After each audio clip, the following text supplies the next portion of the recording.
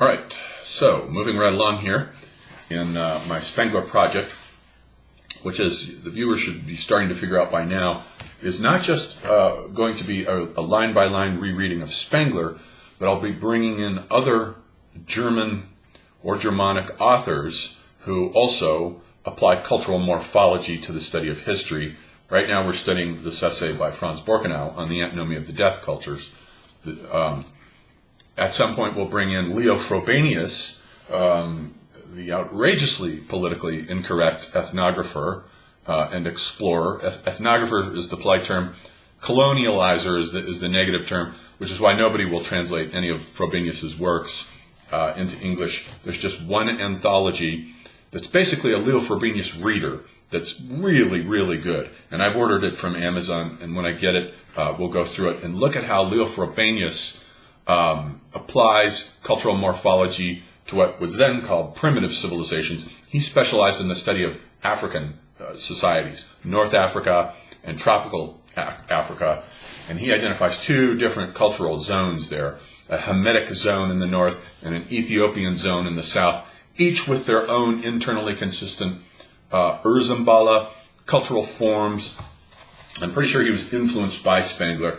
And then I do want to get to the comical encounter between the two of them, which we have a record of in the letters of Oswald Spengler. There's a small collection of letters that have been translated into English, one of which involves an exchange between Spengler and Frobenius that's rather hilarious because Frobenius was a raging extrovert. It was just one of these worldly men who could go out, tramp through forests and jungles and find artifacts. Kind of an Indiana Jones type of guy, really.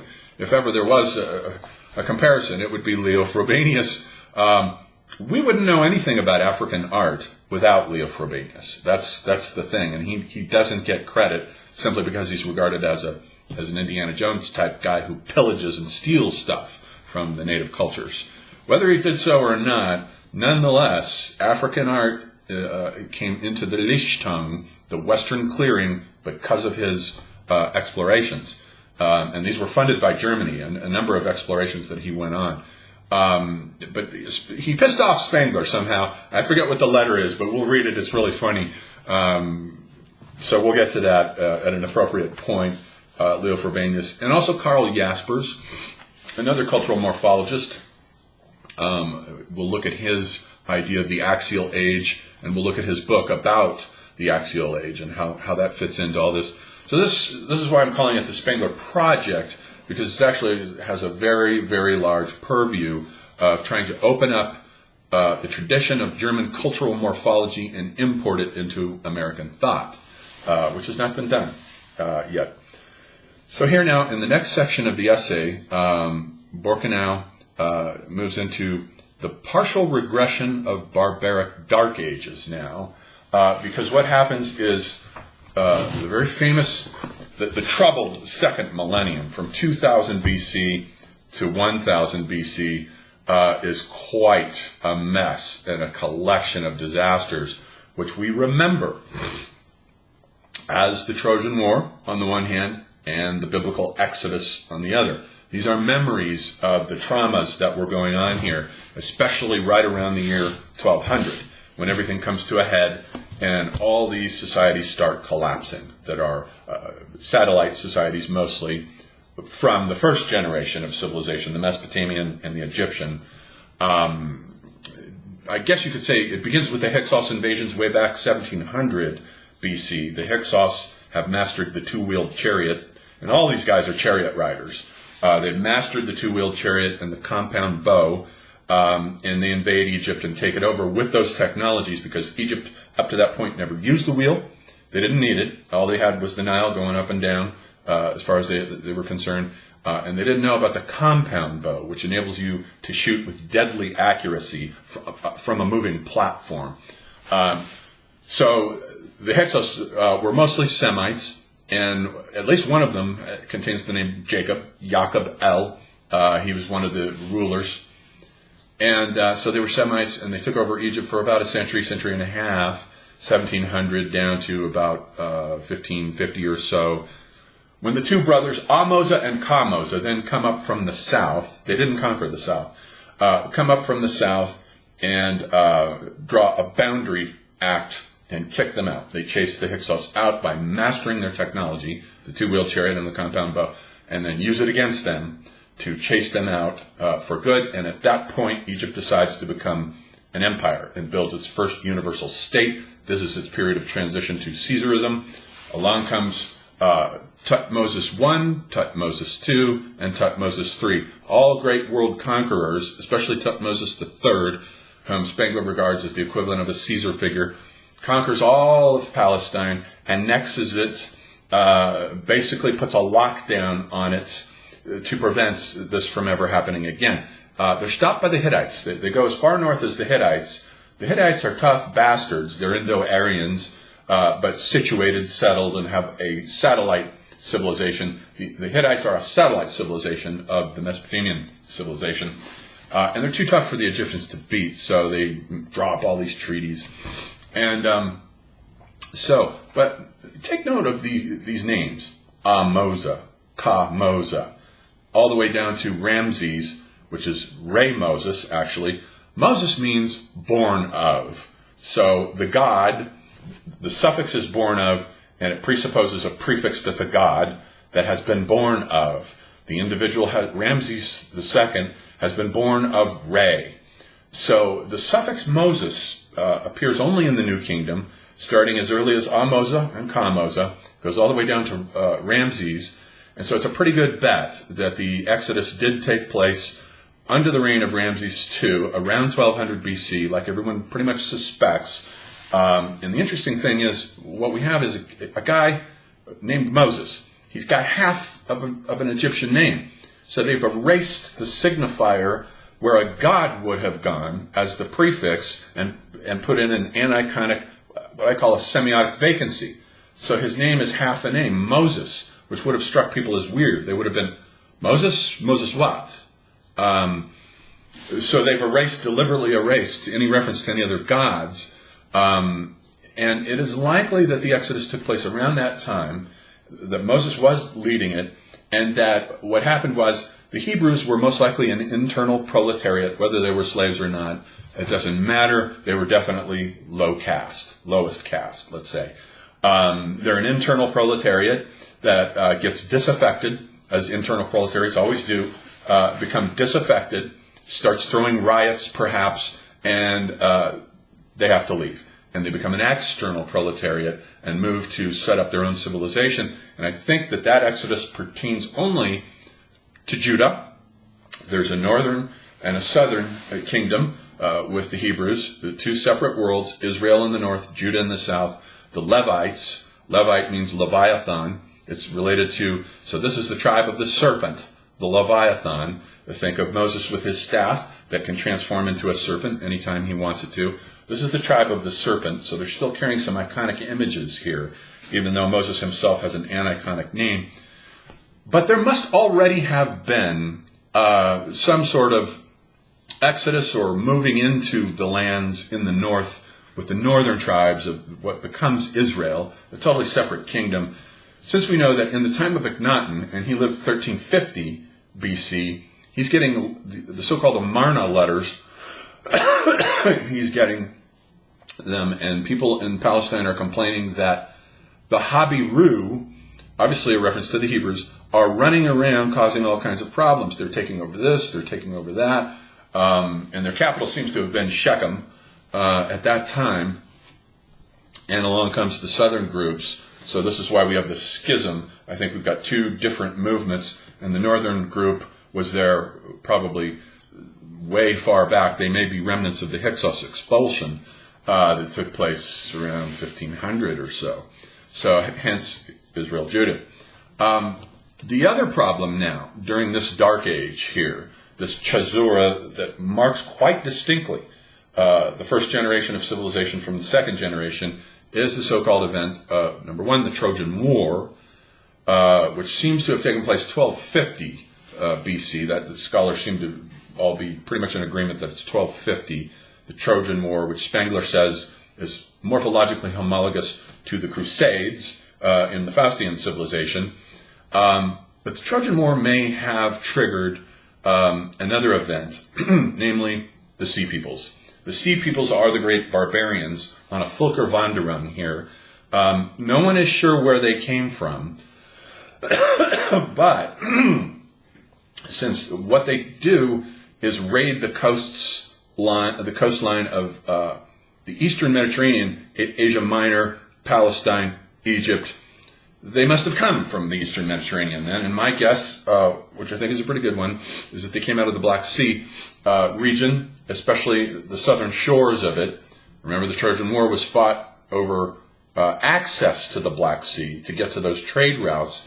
And think of the Jason voyage. The Jason voyage may be a memory of an expedition into the Black Sea that was a pillaging, raiding expedition.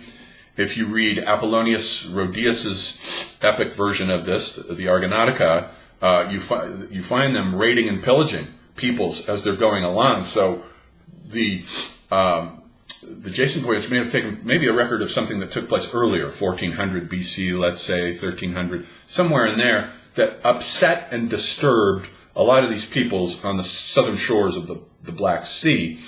And or there may have been a famine, most likely a famine, that set these peoples moving, looking for new homes with land that they could farm, because they're taking their women and children with them. These are not just men riding in ships. They take their women and children. It's a whole bunch of people, massive refugee expulsion movement around the shores of the Black Sea, and they destroy every culture they come into contact with, including the Hittites, the mighty Hittites, whom even the Egyptians could not beat.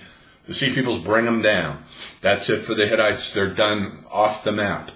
Then they start raiding Palestine, the Canaanites, that whole area. Finally, they bump up against the Egyptians, who are, of course, way too tough for them to beat. But the Egyptians had a rough time with them under Ramses III now, about 1180 BC, and they had a tough time, and they finally could only defeat them by granting to the sea peoples lands in Palestine. One of their tribes is named the Peliset.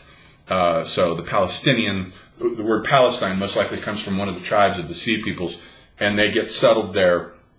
And this whole thing is just a giant disaster that takes place between, let's say, 1250 and 1150. It's just 100 years of warfare, pillaging, death, famine, massacre. It truly is a dark age here. I wish Borkenau had gone more into the details of this, because it's one of my favorite periods of history to study, because it's so enigmatic. But it is a caesura. It is a marking from out of which the second generation of civilization comes, the Greeks on the one hand, and the Greeks and the Hebrews.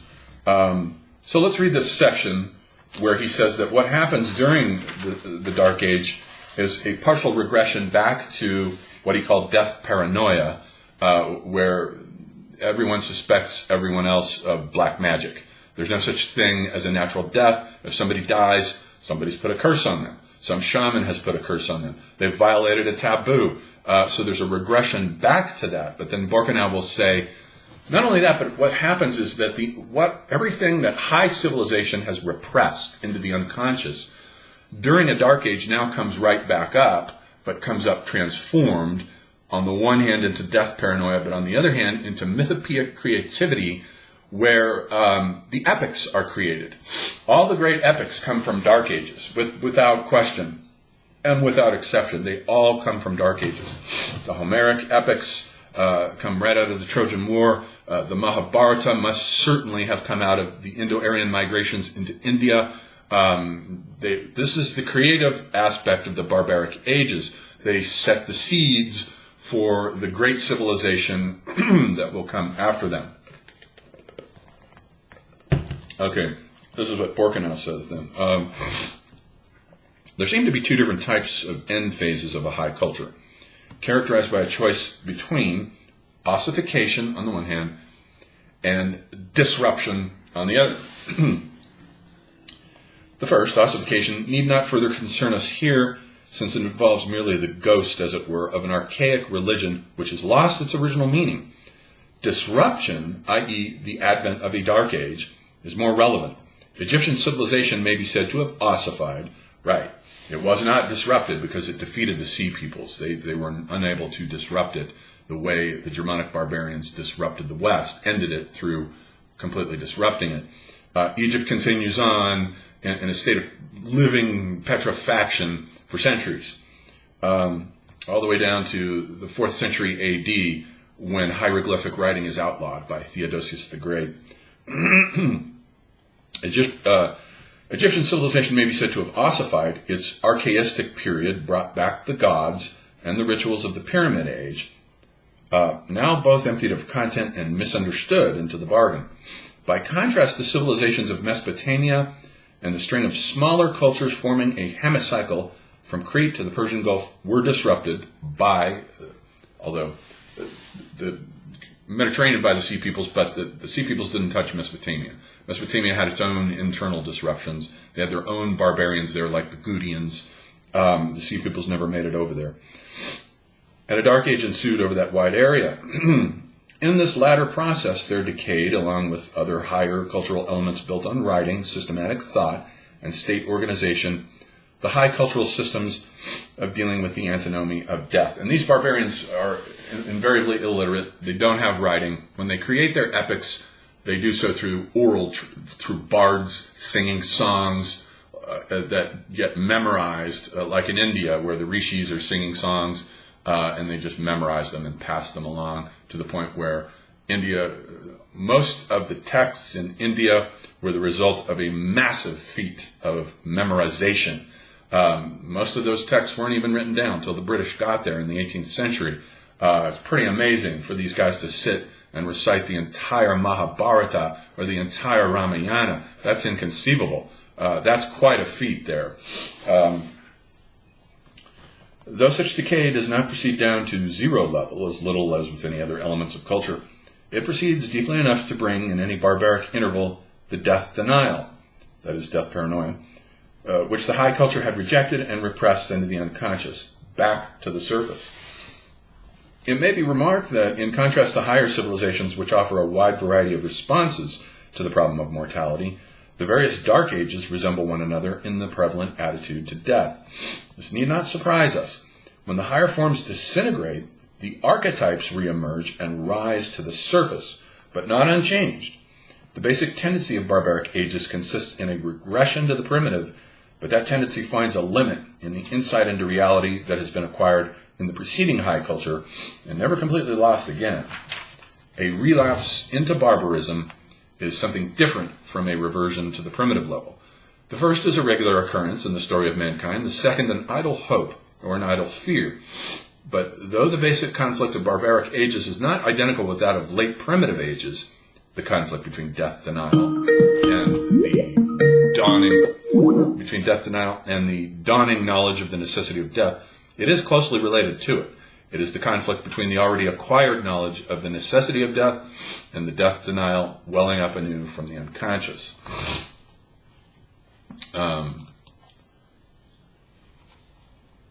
The situation... hold on a second. Turn off my Skype. The situation created by that conflict offers both close analogies with the late primitive period and limited differences from it. The barbaric interludes show no explicit conscious denial of the necessity of dying, hence no quasi-official death paranoia, no theory that each death must be due to black magic, but, in fact, the death denial has broken through far enough to create a practically analogous state of affairs. In fact, black magic and the defense against it take the place of any developed belief in deities. In fact, any death is viewed as caused by a physical or magical murder, and this leads to the conviction that everybody is a murderer. As a result of that conviction, everybody does become a murderer, and the paranoiac idea of homo homini lupus becomes a horrible reality. Fear and fear-born hatred displace all love. Hence the primal crimes, the murder of siblings, of the father, son, or husband. This is especially evident in the Germanic sagas, the Eddas, which in high cultures are held down not just by coercion, but by manifold ties of love, are breaking through any inhibitions, become everyday occurrences, particularly the murder of siblings and main subjects of the saga. That is an untenable state of affairs which, just like the late primitive death paranoia, by itself forces man back on the road to a greater recognition of reality. hence of a higher culture. But rational insight into the necessity of such a turning back to high culture as a condition for avoiding the ruin of all could never by itself achieve a collective cure from the collective madness that is broken through again. That requires the establishment of firm new hierarchies and religious rules, which only the myth-creating power can bring about. But the essence of barbaric ages, which excludes a purely negative judgment about them, is precisely that regression to deep strata of the unconscious, which manifests itself simultaneously in the recurrence of primal delusions and in the revival of the myth-creating force. The dismantling of the barriers which, in a high culture, separate the rational from the unconscious sets free both the germs of the disease and the remedy. And if at the early stage of barbarization the madness manifests itself more strikingly than the curative myth, the reverse is the case in the later phase of barbaric ages. Then the new myth helps, as throughout history, to promote the rational needs of social reconstruction. But the new myth is not new in its core content. There it coincides with the rationalist formulations of the end phase of the preceding cultural generations. Moses and Homer will continue Akhenaten's struggle against the cult of the dead. Then later, early Christianity, which once again will be death transcending, will link up with the spiritual insights of Plato and the Stoa. What is new is in each case not the thought, but its form of insertion in the psychic structure of the collective and the individual, the replacement of rationalism by a myth which couples the originally rational thought to the archetypes of the unconscious. So it's weird. It's like he's saying, this is almost like something Jung would say. You can tell that he's very well read in both Jung and Freud, that the archetypes get reactivated during a dark age amongst the barbarians, but they're inheriting a rational system of thought. Akhenaten's rationalism, let's say, is inherited, and the archetypes come up and grab the rationalism and disintegrate it. And it disintegrates and melts, and you get what Deleuze and Guattari would call a mixed sign regime. No sign regime is pure, they say. They're always mixed. So you have two different sign regimes, the rational that is the end phase bequeathed by Akhenaten, and the newly, not exactly rational with Moses and Homer, but very thoroughly mythic, but without any interest in the afterlife. So the rationalism is inherited and transformed and married to a mythical structure. The potential for this kind of coupling can never be absent, since those archetypes, including above all the two sides of the antinomy of death, are incessantly active as psychic representatives of transcendent realities. The world of the archetypes is that Mother Earth of Antaeus, the contact with which renews the creative force of the giant humanity. And that renewal, the rationalist opposition of the late Egyptian revolution against the cults and gods of the dead, turns into the pure, this-worldly beauty of the Olympians. The Platonic idea for Christianity, the Platonic idea transforms into the incarnated Logos, the Word made flesh, Christ. Such a transformation, to be worked only in the depths of the unconscious, constitutes the greatness of the barbaric interludes, regardless of all the atavistic horrors that dominate their surface. So this is a very productive period. These dark ages, there lots of stuff is germinating in the collective unconscious amongst all these various tribes who have not yet unified into a state, or in Egypt it was clans and nomes. They're not yet unified. They're all these archetypes now set free from the disintegration of what was repressing them and holding them, which was an apparatus of semiotic capture built by a civilization to put every signifier in its place and hold it there. When that apparatus collapses, then the barbarians rush in, and it activates the collective unconscious amongst all of them that brings up ancient repressed myths that had been repressed by the structure of the logos of the civilization itself, its apparatus of capture. Once it disintegrates, now the signifiers are now running around loose, as in Derrida. They're running around loose, and they're fair game, and then so creative forces start happening as people start telling tales about relatives, and I remember this story about my grandfather and how he murdered his father, and they pick that up, and the stories start getting passed around orally, and pretty soon you're moving into Spengler's pre-culture phase. And if you look at his charts, the pre-culture phase is usually made up of tribes. The Mycenaeans he regarded as tribal warlords, more or less. The Tenite period in Egypt, which is made up of tribes called nomes. Each one of these, India, all the different Vedic Aryan tribes there. So the pre-culture period starts rolling in out of the barbarian imagination. And we get a second generation, in which case, as Toynbee comes in, and Toynbee is really necessary to supplement Spengler quite a bit, I think, with the idea of affiliation now. Now we have this idea of the second generation of civilization is affiliated to the first generation. That is to say, the first generation are their parents, whereas the first generation themselves were not affiliated to anyone. Sumer was not affiliated to anyone. It just emerged as a singularity out of the Middle East. Egypt was not affiliated, although, according to Toynbee, but there's a lot of stuff in early Egypt, dynasties 1 and 2, that you can find clearly has been imported from Mesopotamia. Maybe not enough for an affiliation, but there's a lot of stuff that they've imported, including most likely writing. But with the second generation, now we have this idea of affiliation. Take, for example, the Hebrews, who are the pre-culture phase. They represent the pre-culture phase of the Magian Arabian civilization. They have two parents. Moses indicates their affiliation to Egypt, while Abraham indicates their affiliation to Sumer. So they have both of those civilizations from the first generation of civilization are their parents.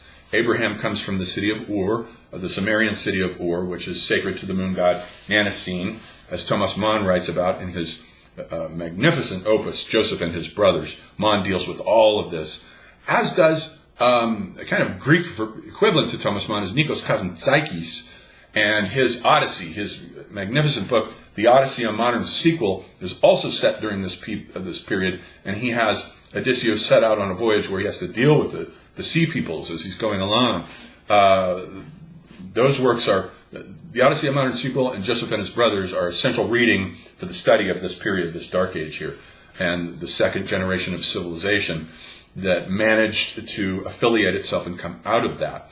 We in the West, on the other hand, we're a third generation of civilization, but the far Western Faustian civilization is affiliated on the one hand to the Magian through the Old Testament, the Bible, and on the other, of course, to the classical, the Greco-Roman. So we have a double affiliation also, just like the Hebrews did. So this concept of affiliation does not exist in Spengler. That comes from Toynbee, and this is why I insist that people who like Spengler really want to get into him should also read Toynbee. Read Somerville's 2-volume abridgment, of which Toynbee liked, his abridgment. Two volumes. It's almost as good as Decline of the West. Toynbee's not that great with art, literature, culture, and metaphysics, but he knows more about history, if that's possible. But I've never encountered anyone who knows much about history as Toynbee, Spengler included. He knows the details of history quite a bit more intensely than Spengler. That's why a study of history in its original publication in the 1930s is 12 volumes long. Spengler was much better with art, metaphysics, literature, and culture, and philosophy. Toynbee wasn't that great with philosophy. But nonetheless, it's essential to read Toynbee and supplement Spengler with him. Okay, so we'll leave it there for this video.